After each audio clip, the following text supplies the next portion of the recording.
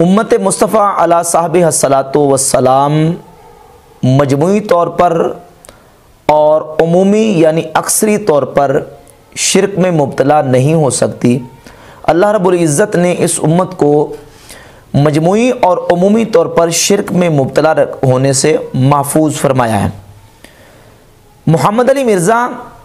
اپنے مجدد ابن عبد الوہاب نجدی کی اتباع میں اور اسماعیل دہلوی کی اتباع میں اس بات پر بضد ہے کہ نہیں جی امت میں شرک جو ہے وہ بہت پھیل چکا ہے، اور جبکہ ان کی خود ساختہ توحید کے مطابق اگر دیکھا جائے تو جو شرک کے تیر انہوں نے پھینکے ہیں پوری امت مسلمہ کا بدن اس سے متاثر ہوتا ہے، کیونکہ جو توحید کا کانسیپٹ اور تصور خود ساختہ یہ پیش کرتے ہیں اور اہل سنت کی تکفیر اور اہل سنت و جماعت کو مشرک ثابت کرنے کے لیے جو انہوں نے ایک توحید کا تصور قائم کیا ہے اس کے مطابق تو پوری امت مسلمہ کی اکثریت جو ہے مشرک قرار پاتی ہے۔ اس کے چند میں آپ کو حوالے آپ کے سامنے رکھتا ہوں۔ مثال کے طور پر ابن عبد الوہاب نجدی کے توحید کے تصور کو اگر دیکھا جائے تو یہ کتاب ہے کتاب التوحید۔ اس میں صفحہ نمبر 361 پر ابو البشر سیدنا آدم علیہ السلام کے بارے میں لکھا کہ آدم علیہ السلام نے شرک فی الاطاعت کا ارتکاب کیا، نعوذ باللہ تعالی۔ یعنی ابن عبد الوہاب نجدی کی توحید کتاب التوحید کے مطابق تو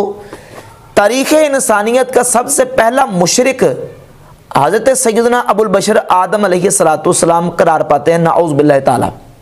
اور پھر ان کے توحید کے تصور کے مطابق اگر ان کی کتابوں کو دیکھا جائے، ابن عبد الوہاب نجدی کی کتاب الاصول الثلاثہ یہ اس کی شرح بھی ہے، اور الگ سے بھی جو حاجیوں کو دی جاتی کتابیں یہ کتاب ہے اس کا ترجمہ، یہ اس کی عربی شرح ہے۔ عبد المحسن بن قاسم مسجد نبی کے امام و خطیب نے اس کی شرح کی ہے۔ اس میں وَثِيَابَكَ فَطَهِّرْ قرآن مجید کی آیت کا ترجمہ اور اس کی شرح کرتے ہوئے ابن عبد الوہاب نجدی نے لکھا کہ اے طہر اعمالک عن الشرک، کہ اللہ تعالیٰ نبی علیہ السلام کو حکم دے رہا ہے کہ اپنے اعمال کو شرک سے پاک کیجئے، اپنے اعمال کو شرک سے پاک کیجئے۔ اور یہ کتاب ہے المجموعۃ المفیدہ۔ المجموعۃ المفیدہ کا ترجمہ جو ہے وہ مجموعہ مفیدہ، مفید مجموعہ کے نام سے، اس کے صفحہ نمبر 39 پر لکھتے ہیں کہ وَثِيَابَكَ فَطَهِّرْ کا کیا معنی ہے؟ جواب، اس کا معنی ہے اپنے رب کی عظمت کو توحید کے ساتھ بیان کیجئے اور اپنے اعمال کو شرک سے پاک کیجئے، اپنے اعمال کو شرک سے پاک کیجئے۔ وَالرُّجْزَ فَاهْجُرْ کا کیا معنی ہے؟ تو جواب، اس کا معنی ہے بتوں کو چھوڑ دیجئے اور بت پرستوں سے اپنے آپ کو الگ تھلگ کر لیجئے۔ سوال، نبی صلی اللہ علیہ وسلم اس حالت میں کتنے دن تک رہے؟ اس کا جواب لکھا کہ 10 سال تک، اس کے بعد معراج ہوئی، یعنی نبی کریم صلی اللہ علیہ وآلہ وسلم 10 سال اسی حالت میں رہے،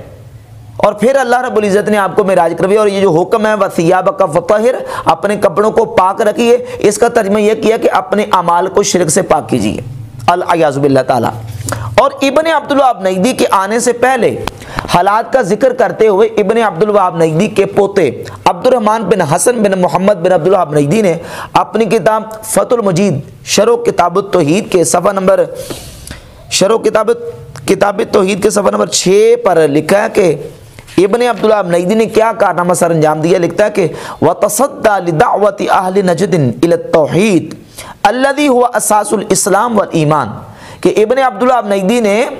نجد والوں کو توحید کی دعوت دی جو کہ اسلام کی بنیاد اور اساس ہے۔ وَنَهَاهُمْ عَنْ عِبَادَةِ الْأَشْجَارِ وَالْأَحْجَارِ وَالْقُبُورِ وَالطَّوَاغِيطِ وَالْأَوْثَانِ، اور ابن عبد الوہاب نجدی نے اس وقت کے لوگوں کو، مسلمانوں کو، پتھروں کی، قبروں کی، درختوں کی، شیطانوں کی اور بتوں کی عبادت سے روکا۔ یعنی ابن عبد الوہاب نجدی کے آنے سے پہلے اس وقت مسلمان درختوں کی، پتھروں کی اور شیطانوں کی اور بتوں کی عبادت کرتے تھے، اور ابن عبد الوہاب نجدی نے آ کے روکا۔ جزیرہ عرب کے لوگ عبادت کرتے تھے، العیاذ باللہ تعالی۔ اور ایک اور حوالہ، یہ کتاب اثر الدعوۃ السلفیہ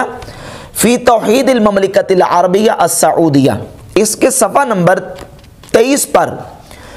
جامعہ اسلامیہ جو کہ مدینہ شریف میں بہت بڑی یونیورسٹی ہے، اس کے استاذ حمود بن احمد الرحیلی لکھتے ہیں کہ ابن عبد الوہاب نجدی جب آیا لکھتا نشأ الامام العلامہ والداعیۃ المجدد شیخ الاسلام محمد بن عبد الوہاب ابن سلیمان التمیمی فی القرن الثانی عشر کہ محمد بن عبد الوہاب نجدی مجدد 12ویں صدی میں آیا، فی زمن ایسے زمانے میں اشتدت فیہ غربت الاسلام کہ جس وقت اسلام بالکل اجنبی ہو چکا تھا، وغلب علی اہلہ الجہل والبدع والخرافات اور وہاں کے رہنے والے بدعت، جہالت اور خرافات میں پڑے ہوئے تھے، وعبادت الانبیاء والصالحین والاشجار والاحجار اور وہاں کے لوگوں پر نبیوں کی عبادت، صالحین کی عبادت اور درختوں اور پتھروں کی عبادت کا غلبہ ہو چکا تھا۔ وہاں کے جو مسلمان تھے وہ نبیوں کی، صالحین کی اور پتھروں کی اور درختوں کی عبادت کرتے تھے۔ یہ ان کی توحید کا تصور ہے کہ ان کی توحید کے تصور کے مطابق اولیاء اللہ، صالحین کے مزارات اور ان کی قبروں کی تعظیم کرنا بھی ان کی عبادت ہے۔ اور میں نے عرض کیا کہ جو شرک کے تیر انہوں نے پھینکے ہیں اس سے تو پوری امت مسلمہ کا جسم متاثر ہوتا ہے۔ پوری دنیا اسلام میں جہاں جہاں اسلامی ممالک موجود ہیں، پوری دنیا میں جہاں جہاں کہیں جہاں مسلمان آباد ہیں وہاں صالحین کے مزارات موجود ہیں، ان کی قبریں موجود ہیں، اور وہاں اہل ایمان، اہل اسلام جو سنی العقیدہ لوگ ہیں وہ ان کی قبور سے، ان کے مزارات سے تبرک حاصل کرتے ہیں۔ تو یہ اگر تبرک اور ان کی قبور کی عزت اور تعظیم عبادت ہے تو اس سے تو پوری امت مسلمہ کی جو اکثریت اور عمومی مسلمان ہیں وہ مشرک قرار پائیں گے، نعوذ باللہ تعالی۔ اور پھر یہ صرف صالحین کی قبروں تک نہیں بلکہ یہ دیکھیں تحذیر الساجد، ناصر الدین البانی کی کتاب، اس کتاب کے صفحہ نمبر 99 پر ناصر الدین البانی لکھا کہ میں 1368 میں جب مسجد نبی شریف کی حاضری کے لیے گیا تو میں نے وہاں دیکھا کہ ایک روضہ رسول کے پیچھے ایک جو نا وہ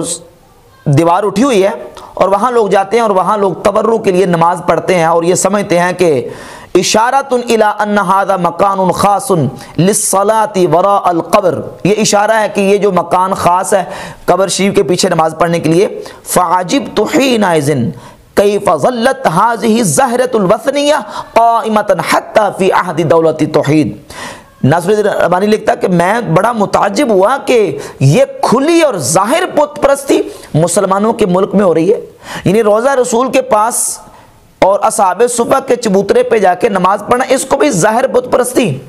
ظاہر قبر پرستی نعوذ باللہ تعالی قرار دے کے ناصر الدین البانی کہتا کہ ھذہ ظاہرۃ الوثنیہ، یہ کھلی بت پرستی مسلمانوں کے ملک میں ہو رہی ہے، اس تبرک کو کھلی بت پرستی قرار دے رہا ہے۔ یہ ان کے جو خود ساختہ توحید کا تصور ہے اس کے مطابق بات کہاں تک جاتی ہے۔ اور پھر اس سے آگے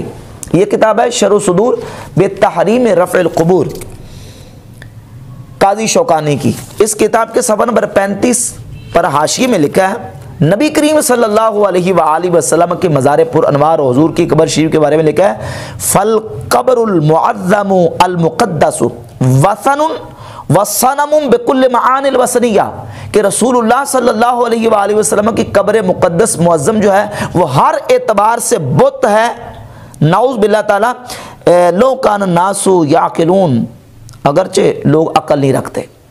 تو آپ اندازہ کریں کہ ان کے شرک کے فتووں سے اور ان کی جو خود ساختہ توحید جو انہوں نے اپنا معیار قائم کیا ہوا ہے اس سے تو امت مسلمہ کی مجموعی اور اکثری تعداد جو ہے وہ مشرک قرار پاتی ہے۔ اور یہی بات اسماعیل دہلوی نے اپنی کتاب تقویۃ الایمان کے صفحہ نمبر 23 پر لکھی ہے، لکھتا ہے کہ اول کہتا ہے کہ سننا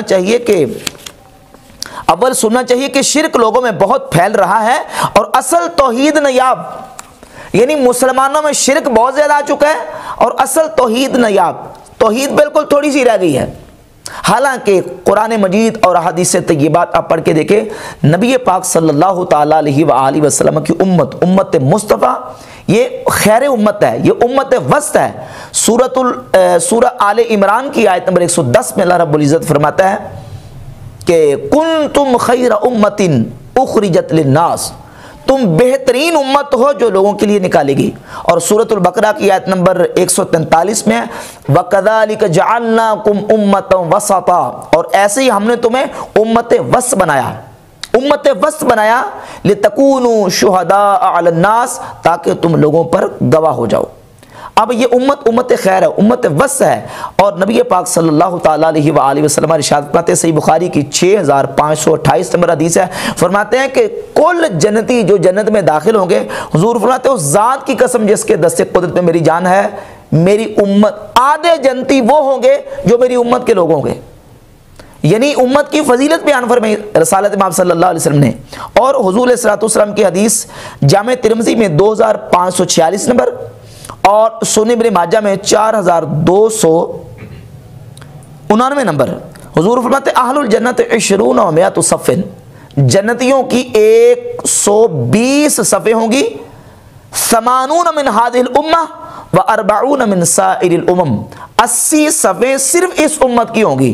100 کل نبیوں کی امتوں کی صفیں 120 ہوں گی، اور ان میں سے جو ہے وہ 80 صفیں اس امت کی اور 40 صفیں جو ہے وہ باقی امتوں کی ہوں گی۔ یہ اس امت کی فضیلت ہے، اور ان کے عقیدے کے مطابق جو ہے نا وہ امت کا مجموعی اور جو امت کا جو اکثری اور جو اغلبی حصہ ہے وہ نعوذ باللہ شرک میں گرفتار ہو چکا ہے۔ تو اس سے تو نعوذ باللہ تعالیٰ اس امت کا امت خیر ہونا تو ختم ہو گیا، پھر یہ تو معاذ اللہ پھر امت شر ٹھہرے گی، امت شرک ٹھہرے گی، حالانکہ یہ امت توحید ہے، امت وسط اور امت خیر ہے، اور یہ امت شر اور امت شرک نہیں ہے۔ اور ایک اور حدیث جامع ترمذی میں 2869 ہے، رسالت امام صلی اللہ علیہ وآلہ وسلم نے ارشاد فرمایا مثل امتی مثل المطر، میری امت کی مثال بارش کی طرح ہے، لا یدرا اولہ خیر ام آخرہ، حضور فرماتے ہیں کہ یہ معلوم نہیں کیا جا سکتا، لا یدرا اولہ خیر ام آخرہ، کہ اس کا اول بہتر ہے یا اس کا آخر بہتر ہے، یعنی یہ امت جو ہے یہ امت خیر ہے، یہ اس امت کی فضیلت ہے۔ تو نبی کریم صلی اللہ علیہ وآلہ وسلم نے اس امت کی خیریت بھی بیان فرمائی، اور جو امت پر حضور کو اندیشہ تھا اور جو حضور کو امت پر کوئی خوف تھا اس کا واضح طور پر بیان فرما دیا۔ اس سے پہلے یہ بات سمجھیں کہ شرک کا جو اطلاق ہے وہ دو چیزوں پہ کیا جاتا ہے، شرک جلی، شرک اکبر، یعنی اللہ رب العزت کی ذات کے ساتھ کسی کو شریک ٹھہرانا، اللہ کی عبادت میں کسی کو اللہ کا شریک ٹھہرانا، اس کو شرک اکبر کہا جاتا ہے، شرک جلی، شرک اعتقادی۔ اور ایک ہے عملی طور پر جو ہے نا ریاکاری، دکھلاوا، اس پر بھی شرک کا اطلاق ہوتا ہے، لیکن وہ شرک اصغر ہے۔ بحث ہماری شرک اصغر کے بارے میں نہیں ہے کہ امت ریاکاری کرے گی یا نہیں کرے گی، امت میں اعمال میں لوگ دکھلاوا کریں گے یا نہیں کریں گے، یہ تو بہت جو ہے نا وہ کامن ہے، یعنی وہ چاہے دیوبندی ہوں، وہابی ہوں، سنی ہوں، شیعہ ہوں، یہ سارے ظاہر ہے کہ اس میں دکھلاوا ہو سکتا ہے۔ لیکن اب مسئلہ جو ہے وہ ہے شرک اکبر اور شرک اعتقادی کا، شرک جلی کا، کہ کیا یہ امت جو ہے وہ شرک جلی میں اکثری طور پر اور عمومی طور پر گرفتار ہوگی یا کہ نہیں۔ تو اس میں سرکار دو عالم صلی اللہ علیہ وآلہ وسلم کی واضح احادیث موجود ہیں۔ حضور کو سب سے زیادہ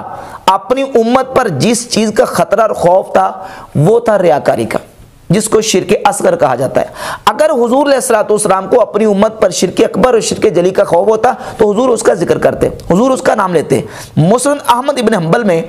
23119 نمبر حدیث ہے، دار احیات التراث العربی بیروت سے جو چھپی ہوئی اس کا حوالہ، اور وہابیوں کی ایپ اسلام 360 میں مشکات میں 5334 نمبر حدیث ہے۔ رسالت امام صلی اللہ علیہ وآلہ وسلم کے صحابی حضرت محمود بن لبید رضی اللہ تعالیٰ فرماتے ہیں کہ نبی پاک صلی اللہ علیہ وآلہ وسلم نے فرمایا ان اخوف ما اخاف علیکم الشرک الاصغر، مجھے تم پر سب سے زیادہ جس چیز کا خوف ہے وہ ہے شرک اصغر۔ صحابہ نے عرض کی یا رسول اللہ ما الشرک الاصغر، شرک اصغر کیا ہے؟ قال الریا، تو نبی کریم صلی اللہ علیہ وآلہ وسلم نے فرمایا ریاکاری، یعنی مجھے سب سے زیادہ تم پر جس چیز کا خوف ہے وہ کیا ہے؟ ریاکاری۔ اگر حضور کو اپنی امت پر شرک اکبر یا شرک جلی کا خوف ہوتا تو سرکار یہ فرما سکتے تھے کہ مجھے تم پر سب سے زیادہ شرک اکبر کا خوف ہے، کہ تم درختوں کی پوجا کرو گے، تم جو ہے وہ پتھروں کی پوجا کرو گے، تم قبروں کی عبادت کرو گے، نہیں فرمایا، ایسے نہیں فرمایا، بلکہ فرمایا کہ مجھے تم پر سب سے زیادہ خوف جو ہے وہ ریاکاری کا ہے۔ اب سوال یہ پیدا ہوتا ہے کہ کیا شرک اکبر کا اپنی امت پر خوف ہے؟ اس پر کوئی حضور علیہ السلام کا فرمان موجود ہے؟ تو صحیح بخاری اور صحیح مسلم کی متفق علیہ، صحیح بخاری میں 6 مقامات پر یہ حدیث ہے، اس میں سے 1344 نمبر، اور صحیح مسلم میں 2296 نمبر، متعدد مقامات پہ یہ حدیث موجود ہے کہ نبی کریم صلی اللہ علیہ وآلہ وسلم نے اللہ کی قسم بیان کر کے فرمایا فرمایا انی واللہ ما اخاف ان تشرکوا بعدی ما اخاف علیکم ان تشرکوا بعدی، فرمایا مجھے اللہ کی قسم مجھے اس بات کا تم پر خوف نہیں ہے کہ تم میرے بعد شرک کرو گے، ولیکن ان تنافسوا فیہا، ہاں مگر یہ کہ تم دنیا میں پھنس جاؤ گے، دنیا کی محبت میں پڑ جاؤ گے، یہ دنیا کا تم پر مجھے خوف ہے، لیکن تمہارے اوپر مجھے اس بات کا خوف نہیں ہے کہ تم میرے بعد شرک میں پڑ جاؤ گے یا شرک میں مبتلا ہو جاؤ گے۔ شرک اکبر کی حضور نے نفی کر دی، اور شرک اصغر یعنی ریاکاری اس کے خوف کا اور اندیشے کا اظہار فرما دیا۔ تو یہ واضح ہے کہ نبی کریم صلی اللہ علیہ وآلہ وسلم کو اپنی امت پر شرک اکبر اور شرک اعتقادی کا خوف نہیں ہے۔ اگر امت کی اکثریت اور عمومی امت جو ہے وہ شرک میں گرفتار ہو جانی ہوتی تو سرکار دو عالم صلی اللہ علیہ وآلہ وسلم سب سے زیادہ اس بات کے خوف کا اظہار کرتے، لیکن ایسا نہیں فرمایا۔ تو یہ واضح دلیل ہے۔ اور اس کے ساتھ ساتھ ایک حدیث صحیح مسلم میں، مسند احمد ابن حنبل میں اور جامع ترمذی میں اور دیگر کتب حدیث میں صحیح حدیث ہے، متعدد طرق کے ساتھ مختلف الفاظ کے ساتھ یہ حدیث ہے۔ صحیح مسلم میں 7103 نمبر حدیث، اس میں لفظ یہ ہے کہ نبی کریم صلی اللہ علیہ وآلہ وسلم نے ارشاد فرمایا ان الشیطان قد ایس ان یعبد المصلون فی جزیرۃ العرب ولیکن فی التحریش بینہم، فرمایا کہ شیطان اس بات سے نا امید ہو چکا ہے کہ جزیرہ عرب کے نمازی اس کی عبادت کریں۔ ہاں اس بات سے نا امید نہیں ہے کہ لوگ آپس میں لڑیں، مسلمان آپس میں لڑیں، اس بات سے نا امید نہیں ہے، اسے امید ہے کہ آپس میں لڑیں گے، اور یقیناً ایسے ہوا اور ہو رہا ہے، لیکن شیطان اس بات سے نا امید ہو چکا ہے کہ جزیرہ عرب کے نمازی اس کی عبادت کریں۔ المصلون سے مراد ای المؤمنون یعنی ایمان والے اس کی عبادت کریں، اور شیطان کی عبادت سے مراد یہی ہے کہ بتوں کی پوجا کی جائے یا غیر خدا کی عبادت کی جائے، پوجا کی جائے۔ مسلمان مومن ایسا نہیں کریں گے۔ اور جامع ترمذی میں جو حدیث ہے، جامع ترمذی میں تو واضح جو الفاظ ہیں، نبی پاک صلی اللہ تعالی علیہ وآلہ وسلم کے صحابی حضرت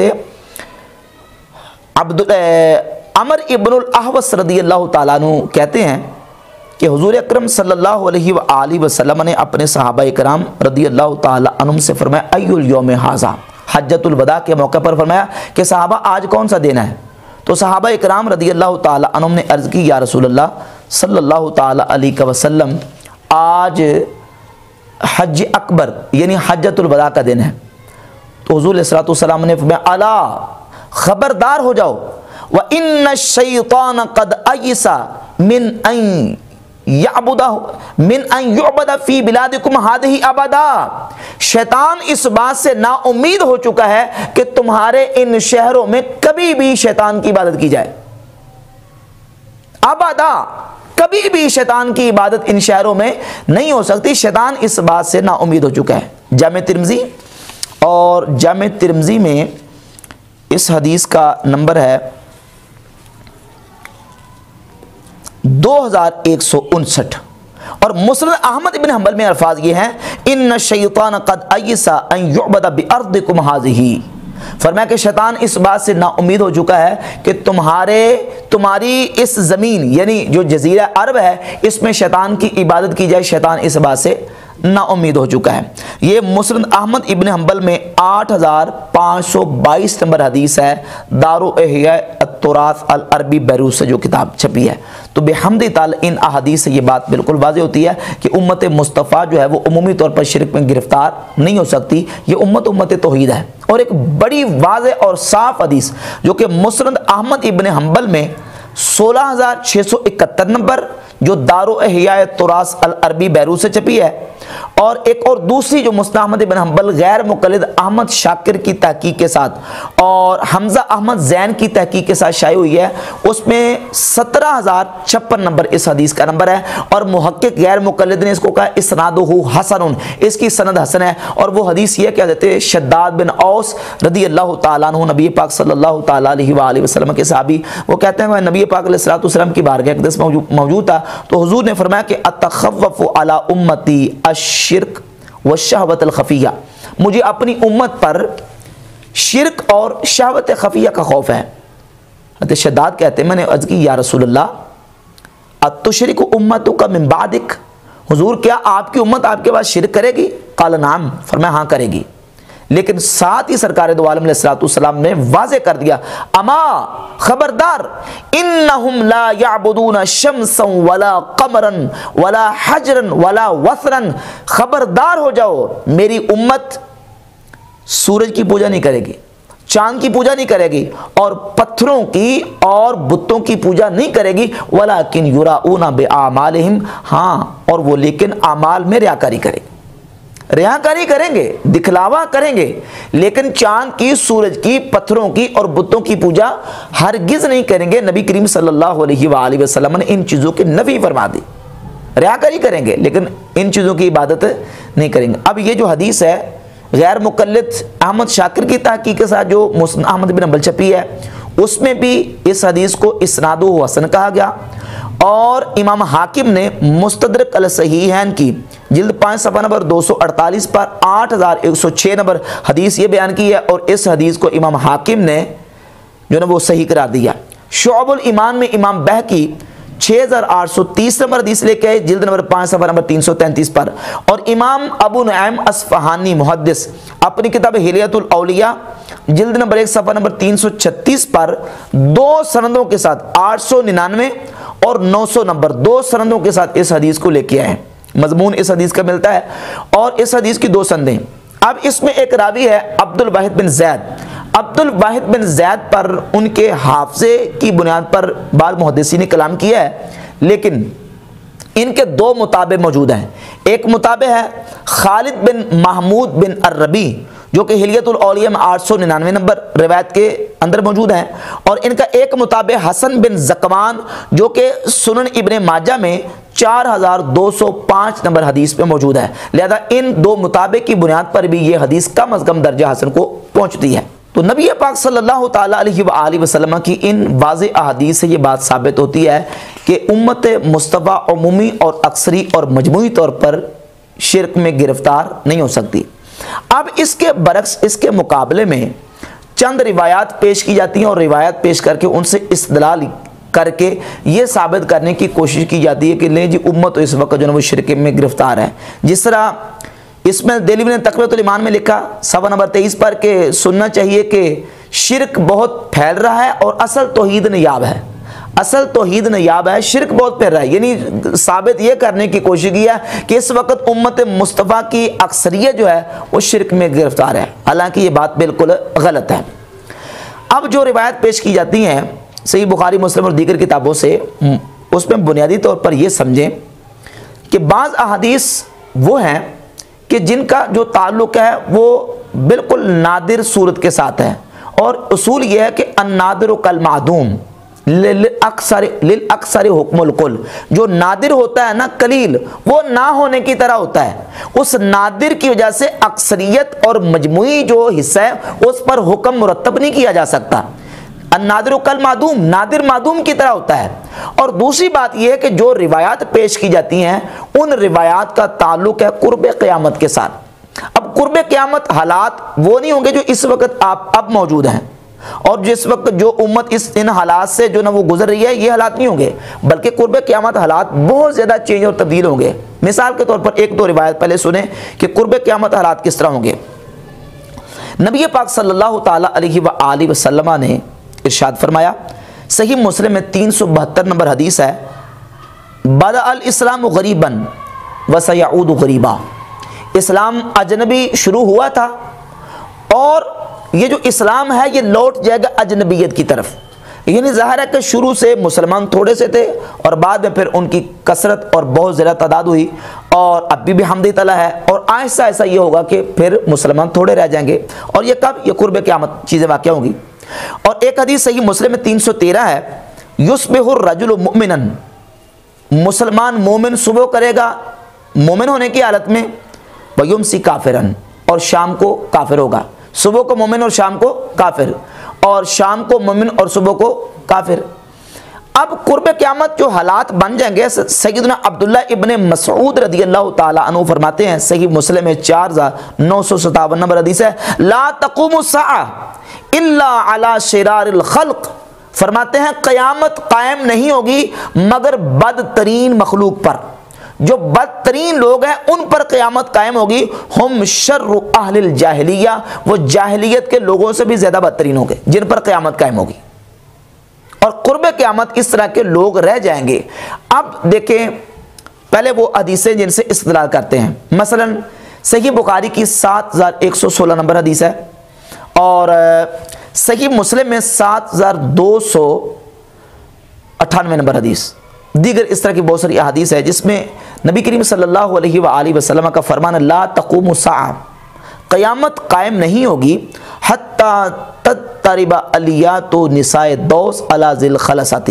فرمایا قیامت قائم نہیں ہوگی حتیٰ کہ قبیلہ دوس کی عورتوں کی سرینیں ذی الخلصہ کے بت کے پاس جو ہیں اس کے اوپر ان کی سرینیں جو حرکت نہ کریں. مراد یہ ہے کہ ذی الخلصہ جو بت ہے اس کی عبادت جب تک نہیں کی جائے گی اس وقت تک قیامت قائم نہیں ہوگی. صحیح بخاری میں بھی اور صحیح مسلم میں اور سنن ابی داؤد میں یہ حدیث ایک ہے کہ قیامت اس وقت تک قائم نہیں ہوگی جب تک کہ میری امت کے